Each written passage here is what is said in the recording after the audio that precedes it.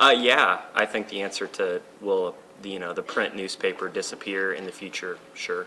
I mean, I don't think that you could find too many people at this point who would disagree with that. Obviously, the question is when and why. I mean, if the Omaha World Herald disappears because there's no interest either online or in print for the Omaha World Herald, or they haven't figured out how to make money online and therefore the business model doesn't work, then that's one thing. If it goes away because they have figured out how to make money online, and in fact it's cheaper to not print things with a gigantic $20 million printing press and that takes up a whole city block, and paper that costs a ton, that might be a good thing for the Omaha World Herald, for newspapers, for journalism. It's just a question of which side I think wins there, and I would say it's an open question whether or not. But I don't think there's any doubt that the print newspaper goes away. I don't know when that's going to be, but and I would assume in Omaha it would be later than in a lot of other places, just because Omaha tends to be, and Nebraska tends to be, a little more, I would say, tradition bound, based on the age of the population and this sort of thing. I mean, the World Herald hasn't seen the circulation drops that a lot of coastal newspapers have seen. But I mean, you already see this in major American cities without what would normally be considered a daily print newspaper. I mean, just unfathomable, 25 years ago that would be the case, and it's the case already today. So I would assume that we'll continue to go that way in the next, quarter century.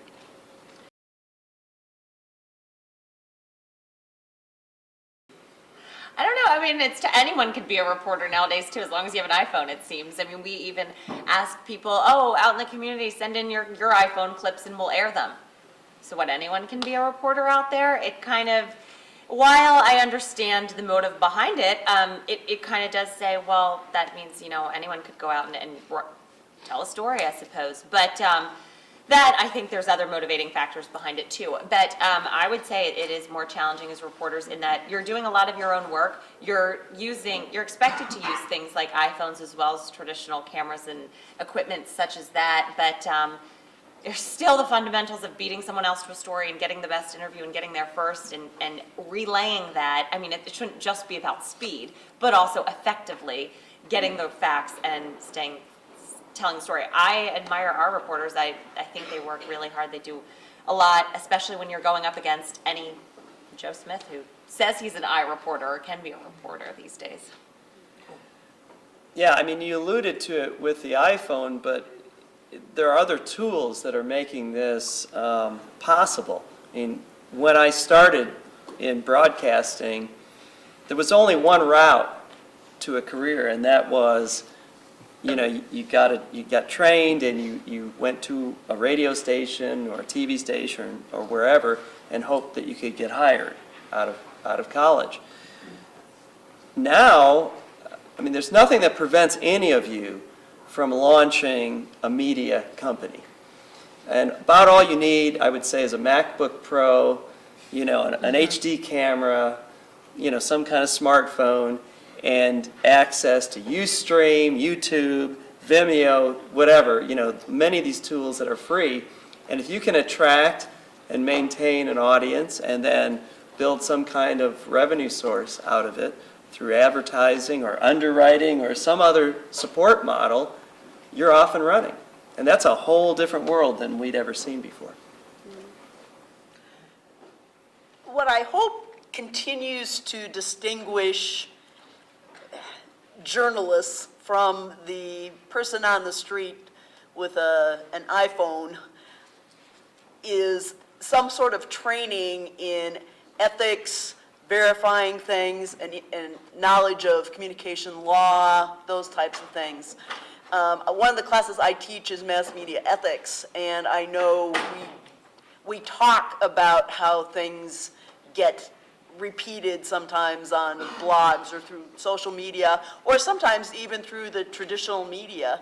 I know when the congresswoman from Arizona was shot a number of weeks ago, some traditional media, like the New York Times, initially reported that she had died and then had to go back and correct that type of thing. But, I mean, I'm hoping, for those of you who do go on and maybe have a major in the School of Communication, I hope part of what the training you get is to use some ethical judgment before you put things out and learn how to verify things. I mean, I think that is still a part of journalism that I hope doesn't disappear with the iReporters out there. And the truth is, everybody not only needs that sense of ethics, but also that sense of media literacy. Because, I mean, just this morning, there was a hack on Facebook, and people were clicking on it because they thought they could get free tickets from Southwest Airlines. It wasn't Southwest Airlines, it was a hack, and people were posting, and then it was posting on its own. And, you know, these things spin out of control until somebody says, wait a minute. Somebody, you know, so somebody out there has to know that that's going on to stop some of the sort of ruthless things that are going on online.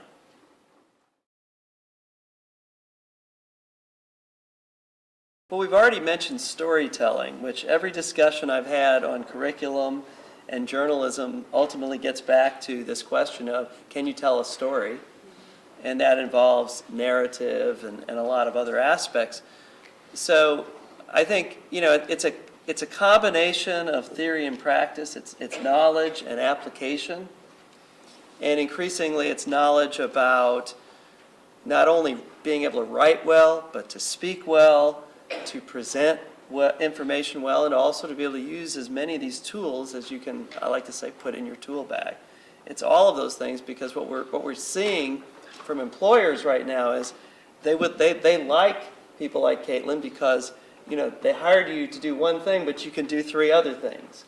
And in this environment, those sort of utility skills, they may not be what you maybe were hired to do initially, but as things evolve, it's what your job becomes. And it's, I mean, I think it's true beyond media. I mean, I came here as the radio guy. I rarely teach radio anymore. I teach a bunch of other things. And I would only add to that Jeremy's exactly right as far as storytelling goes. I think the most important thing for a journalist is to learn how to write. I think writing is the most important part of it, because what you're doing is you're taking that story and then you're just applying it through these different media that you have. But if you don't know how to do that fundamental, how to tell the story really well, accurately, fairly, using all of those fundamentals that we've been talking about, that's what I think. And I do think that the degree has a big place. In fact, I think it has a bigger place because of what we've been talking about. As far as being that trusted source, you need to have those basics and have that, you know, background so that you can be that, you know, that fair and ethical reporter in the midst of all of this information out there. Well, as far as newspapers go, it looks to me like a couple of the really interesting opportunities for college graduates are ability to basically mine data using computers, using the internet, using an understanding of the cutting edge technology to basically find stories. I mean, the World Herald has hired a couple of those types of reporters, and if you saw any of the coverage on the subtle recall or the census stuff, a lot of that is numbers-driven reporting, as opposed to sort of the more traditional go out and, you know, ask all the officials and ask people on the street what they think about X or Y. I mean, I'm not dissing that type of journalism. That's honestly what I prefer. It's just that there's definitely a need in newspapers for the understanding of technology as it relates to reporting.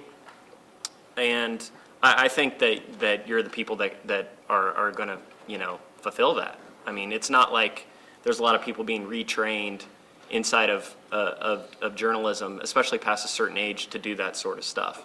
So that, at least in newspapers, that's I would definitely push people in that direction. I would always push people in the direction of having another subject, a specific subject interest. That's necessarily going to be your job when you get into journalism, but that is going to excite employers that you're both a journalism major and you also have a degree and a background and a passion for science, subject X. It doesn't matter necessarily. And the second language thing is huge. It's been huge. I mean, if you are fluent in Spanish and you want, I mean, that is the best way to get a job at a newspaper, particularly in a lot of cities with larger Hispanic populations in this country. It's hard to find those people. They get good jobs. They move around easily. I mean, I am embarrassed that I'm not fluent in a second language because it is the easiest way to career advancement that I can see in newspaper journalism. So that would be my advice for getting jobs in the future.